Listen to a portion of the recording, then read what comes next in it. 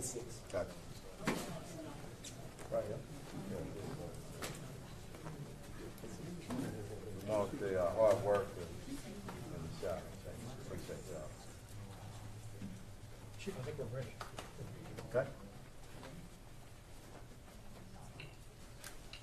Yeah, let's get you together. Look, let me thank everyone for being here. Let me make a few comments, and then I'm going to turn it over to Chief Fenner. I think many people have seen the incident that happened on February the 13th at about 11:30 a.m., where, and her name is Noon True, had just, I think, gone to a bank and was in the Bel Air area, and this individual came up and attempted to grab her, I think, like her purse, and then took off and saw that he didn't have the money, so he went back and then grabbed her and slammed her down. In fact, when I saw it, just made me, mad as hell. Slammed her down like she was a bag of potatoes. She's still recovering from that incident. And look, let me just say that any incident, any assault, shouldn't be tolerated. And I know after seeing this incident over and over again, I had a conversation with Chief, and I called him and asked whether or not what type of leads we had, and that this was somebody that we needed to apprehend, get off the streets, such that this person wouldn't do these type of things to anybody else. And just at the forefront, let me thank HPD, the detectives, all of those who worked on this case, because as you will hear, this person, as well as somebody else, has been apprehended and is not on our streets at this time. But these sort of incidents are not going to be tolerated in this city. And I just want people to know, if you are foolish enough to commit these type of crimes, we will find you. It may take a few days, may take a few weeks, but we will find you, and we'll get you off the streets. And then I will trust the other parts of our system, criminal justice system, to make sure that they remain off the streets so that it doesn't happen to somebody else. So I want to thank Chief Fenner. I want to thank the men and women, all of the detectives who worked on this case. But I can tell you that the person who committed this particular crime on Noon True have been apprehended, and we'll continue to work with her and her family as she recovers from an injury that should not have occurred. So, Chief, let me turn over to you. Thank you, Mayor. Just want to say good afternoon to everybody, and the mayor hit on some key points. And one point I want to stress again: this type of violence will not be tolerated in our city. It is just senseless. And when you have a male commits a crime against anybody, but using our female citizens and committing a robbery, and it results in the injury of Miss True. I just spoke to Miss True about an hour ago and assured her, and I want the city of Houston to stand behind her. She's very serious injuries. The recovery is very long, and I want her to know the love of our agency, but also our great citizens in this city. We need to simply stand behind her. I know that we have our victims assistance division here up under Commander Harris. And I want to thank them for what they do, not only in this case, for all other cases, but I understand that the family has put up a GoFundMe fund, and I ask that anybody, this is going to be a very long recovery. I won't talk too much about the investigation, the details, because I want the investigators, and I want to thank them, even our support team, for the great work that they do under the leadership of Commander Christy Smith. I want to thank her and that entire team, our South Robbery Division, our Central Robbery Division, and specifically the investigators on this case. And you'll hear from Detective Fontenot, but Detective Fontenot and Wynn, great work on this. Also, our West Side Crime Suppression Team, everybody working together. And this is what you'll see, not only from our agency, but from all law enforcement. When people decide to commit violent crimes on our citizens, we will stand up together and we'll get them in custody. And I want the entire system, and I'm speaking of everybody, the entire criminal justice system, to understand when crimes like this happen, they need to be treated just as harshly as that crime was. And I just want that to happen. But Commander Garcia is going to translate for us after the detectives come up, and then we'll open up for some questions. But I really want to thank everybody, the entire team, for getting these two individuals in custody. So thank you. Tech. Thank you, Mayor. Thank you, Chief. My name is Tyrus Fontenot. First name Tyrus, T-Y-R-U-S. Last name Fontenot, F-O-N-T-E-N-O-T. I'm a robbery detective with the West Side Robbery Division. And just want to give you just quick details about the incident regarding the two individuals that you see before here. On the day before Valentine's Day, February 13th, our victim went to the Bank of America to make a withdrawal. After leaving the bank, she went to a local business around about the 9800 block of Bel Air, where she was followed by the two individuals that you see before here, before yourself here. Once she was followed to that location, our male suspect here exited the vehicle driven by Miss Woods here, and assaulted the victim, first by trying to take her personal wallet, but eventually once he learned that he didn't have the money that she withdrew from the bank, he went back and assaulted her again by picking her up, slamming her down onto the concrete, causing severe injuries to our complainant.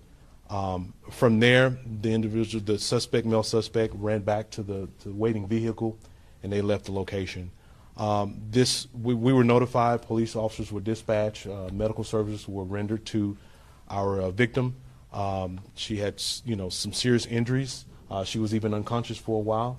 And once she was transported to a hospital, the Houston Police Department and Robbery Division immediately start working on that case. We had a detective to immediately go out to that location and search for additional surveillance video, which was key to solving this crime. We were able to obtain the license plate of that vehicle, and with the help of our West Side Divisional Gang Unit and others, we were able to eventually locate that vehicle, in which Miss Woods was the driver of the vehicle. She matched the description that we were able to see in the surveillance, and so she was detained for a traffic violation, interviewed, where she confessed to taking part in the crime. She also implicated the co-defendant or the co-actor in this particular crime.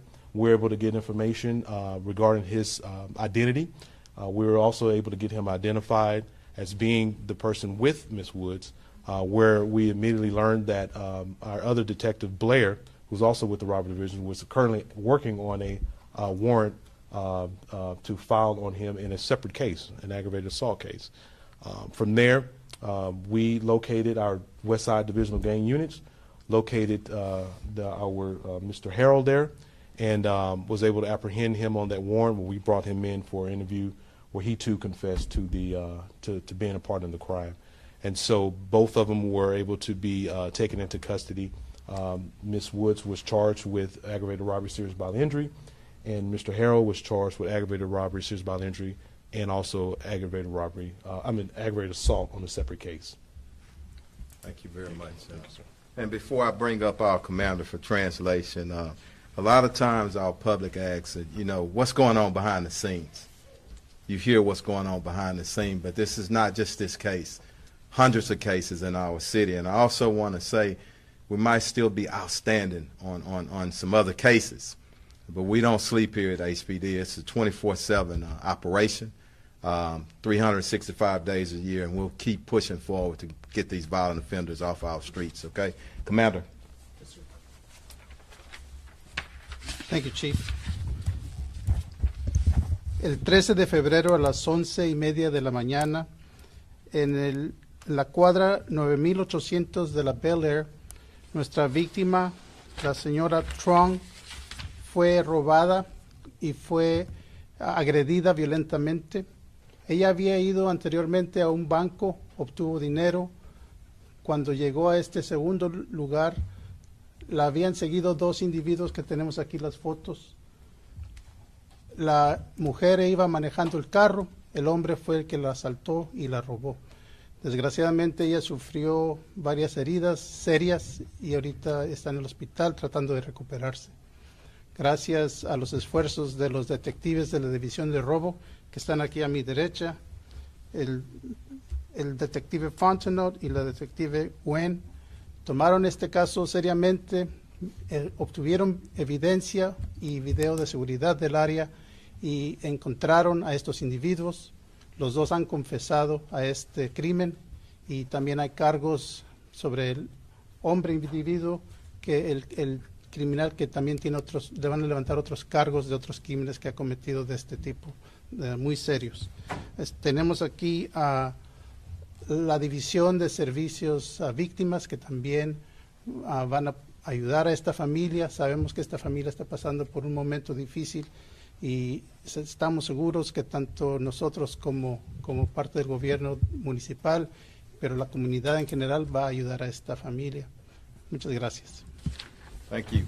And Commander is not only a great translator, Commander Garcia, he's also my chief of staff, and I want to thank him for what he does for me and this entire department behind the scenes, too. Thank you very much, Commander. And we'll open up for questions, the mayor or anybody else. Go ahead. Just to clarify, both are charged with aggravated robbery, serious bodily injury, and Harold's charged with aggravated robbery in an unrelated case. Yes. Did that involve like drugging or anything too, or? Aggravated assault. Aggravated assault, yes, sir. Okay. All right. Are they behind any other cases that you know of at this point? We don't know. Everything is active. It's only been a few hours, really. So, of course, we're going to try to work through, and we do have confessions, but we want to make sure that they're not connected to any other cases. And a lot of times they are, but I don't want to get ahead of that. We want to when we Do they get. have criminal histories? You can speak. You can speak to it. Yeah. Yes, Mr. Harold does, but Ms. Woods does not have a criminal history. What's his look like? There are various crimes, mostly juvenile, so we can't, talk about that. Okay. He's only 17, she's 19. Any thoughts on that? Well, I can, and the mayor's probably want to add in on this. It's sad, okay? It's not an excuse, okay? You're talking to and seeing two guys from the neighborhood. So we do understand that there are challenges, but we're doing everything that we can do in this city, and we all want to do more for those young individuals. But they have to want to change as well. But it's important that we do what we can with our youth programs and other social services, step up. But at the same time, everybody has to want to do the right thing. And you got to have, it's your mindset and it's what's in your heart. And I'm not judging any individual. I'm just talking in general. You have to want to change. You have to want to do better. And I can tell you in this city, if you decide to do that, and I talk about it all the time, a hand up, not a handout. A handout leaves you right where you are. It feeds you just for that second. A hand up is you empowering people by working with them. Those resources are here, and they just have to accept it. Did they say in their confession why, or did they show any kind of remorse? Yeah, we're not going to go into the D because it's still active, Randy, and we'll get that out when it's appropriate, but it's still active right now. And I'm, as the chief, as our public, I'm curious. Why? Why? Okay, Mayor? We've said before that in large part our numbers are driven by that age group, 16 to 24, 16 to 26. They fall within that age group. But what people have to understand is that there's no such thing as a free crime. You don't have a free assault or going and committing some crime against other people. There are consequences. And people need to understand that. I don't care how young you may be. I don't care how old you may be. And do not assume that you can commit a crime and get away with it. I mean, people are working, as the chief said, 7 days a week, 24 hours a day, to find out who's committing these crimes and to get you off the street. And I just want people to know, don't assume that you can go and slam some person down and you're going to get away with it. Don't assume that. To the contrary, you need to assume that people are not going to stop until you're found. And that's what happened. That's what happened here. Either somebody is looking at you committing a crime, or there's some camera or cameras looking at you, or there's some license plate reader that's looking at the car, but you are going to be found. Now, having said that, what I would say to any person out there, especially a young person, we do want to help you, but at the same time, there are no excuses. And it is important for the criminal justice system to work collaboratively in order to make sure that people are not committing a crime after crime after crime, okay? But we are not going to stop until we find you, and that's what happened in this particular case. Unfortunately, the person who he assaulted is recovering from some serious injuries, and she was the breadwinner for that family, and she has children. So I do hope that the city will step up. I do hope people will go to that GoFund account and will assist this family, because you now have a mom who's down and you have children who were and are dependent on their mom. And it was caused by these individuals. And there are consequences. Any other questions? The male suspect's other case, was the victim in that other case random, similar circumstances? It appears that way, but again, Michael, we want to just wait until we verify that. But same method of operation as we say in police work. Yeah, it's great. Yes, sir. Yeah. The All right. nickname is Jugging because they have, it's got a nickname, this Yeah. whole thing. Any brief advice to people like you covered many times? Absolutely. I was sharing with the mayor, and I went to the bank myself in a transaction just yesterday, and I was in communication with the bank tellers and management. When you can, get a cashier's check or whatnot. Don't leave out of there with cash. And also, if you do, and even if you don't, because suspects can think you have something, you don't have anything, and you're still at danger. Just be aware of your surroundings. Once you leave there, if you think somebody's following you, everybody should know where the nearest police station is. If somebody's following you, get on the phone. First of all, call 911, tell them, hey, somebody's following you, but be aware of your surroundings and don't put yourself at an added risk.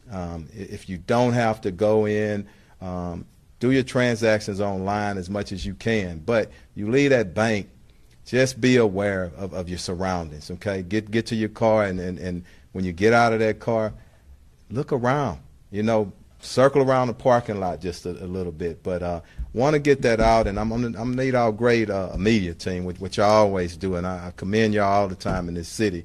Help us with that message, and we'll do some more PR work on it, just to make sure that we harden ourselves as targets, everybody in our city, and we never blame victims. I'm not doing that. I'm just saying, as a city, I want us to be hardened against possible robberies or an attack. Okay, all right. Anything else? You have one more? You good? I'll ask. Okay. Going to the bank is not something unusual for someone to do. It's No. like an everyday errand, right? We have seen the Gringos restaurants are now not accepting cash because there's a handful of people in our city who are terrorizing the rest of us and preventing us from being able to do everyday tasks or run a business like we want to. What do you say in response? Look, it's frustrating, but I don't look at and you hit it. That's why I love our media. Y'all smart, okay? Small number.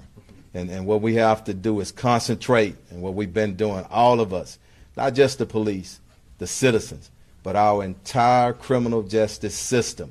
When you swing that bat, and you swing it hard on those individuals that need to be hit with the full arm or the full force of the criminal justice system, they hear us. And that's what we got to stand together on, everybody, you know, and that's what I'm excited about going forward as we move away. We still have a backlog. Let me say that. But as the wheels turn and they start turning more, that's what I want us to concentrate on, but not just the criminal justice system. Everybody in our city and everybody that's involved. And you're going to continue to see those numbers go down, and we're going to continue to be the great city that we are. And I believe that with my heart. Mayor? Let me see. But let me just say, there was a time when we were growing up, you didn't lock your doors either. I remember growing up, my mom never locked the doors. In fact, we would leave the house, and my mom would say, when you get off the bus, just go in the house, the door is open. The door, there's no lock. I didn't lock the door. That was then. This is now. These are different times. Okay? So, and we have to recognize that. Things are just a little bit more toxic now on all levels. They're just a little bit more toxic now. And when we recognize that, then we have to adjust our behavior accordingly. And that's what's happening here. And so it doesn't necessarily mean that things are more dangerous in many ways. I mean, we can say to you all day long, you know, the number of violent crimes are down in the city. The number of homicides down in the city. But if you are a victim, you know, it doesn't matter. You are a victim. And the numbers of violent crime in the city are down from a year ago or 2 years ago. But say that to Ms. Noom-True. Okay? For her, she was that victim. So these are different times. There was a point in time, for example, that the atmosphere was not as toxic politically. You know, but that was then, this is now. So we have to find ways as much as we can to kind of get back to those moments. But in the meantime, let's just be very careful. And so what I would say to people, be careful when you go to the bank. And I think that's all, you know, that's everyone. But it's unfortunate. Thank you, man. Okay. Les, I just want to thank our team again, and it's important, and I want them included in our press conferences. And as the mayor and I talk, make sure y'all get a shot of their faces because they're away from their families a lot, and I want their families to see how proud the mayor and the chief and our citizens are of the great work that they do every day. So thank y'all very much, okay? All right. Thank y'all. All right. Great work. Yes, sir. Good job, sir. Thanks, man. Thank you. Proud. Thank you very much. Thank you very much. No, thank you. Make it out everybody's way. Thank y'all, okay. Thank you. Thanks. All right.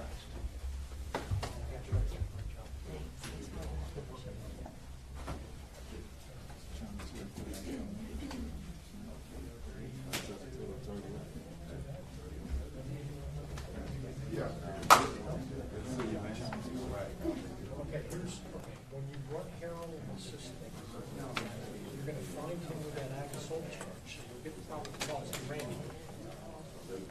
When you run Harold, Joseph Harold, you're going to find the act assault charge. Because it's important. This is not on the court yet.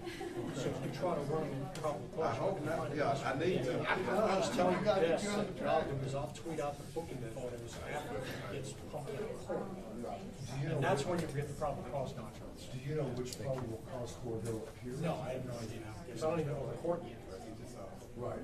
Until we know what the court is, and then once it's populated in minds, then See, then don't they get the district court before they go to probable? I always thought they would have Oh, yeah, probable cause no, and then they got the No, court. you get, when you get charged, You get the court there. detectives send it, the DA accepts it, and it takes some time before they say, we're gonna put it in the 183rd, we're gonna Right. put it in the 263rd, whatever. Right. He's already got the court for the act assault. Before you go to probable cause court? That's what I thought. Yeah. But for us to put the booking photos out, he has to pop in a court. Right. And we don't have a court. So right now, all that's gonna show up in the gym is the aggravated assault that he. On the 25th. Right. So and obviously, if you're paying attention and connecting dots, it's 12 days later. Right. That he can, you know, it's the act assault. So who else knows what if he was picked up? It was 12 days after that robbery. Yeah. That's why who knows what would have happened if he wasn't picked up, last night. And you don't. No, I was just telling them, as soon as it hits a court, Oh, that's what you're talking about. as soon as it hits a court, we'll tweet him, so, yeah, until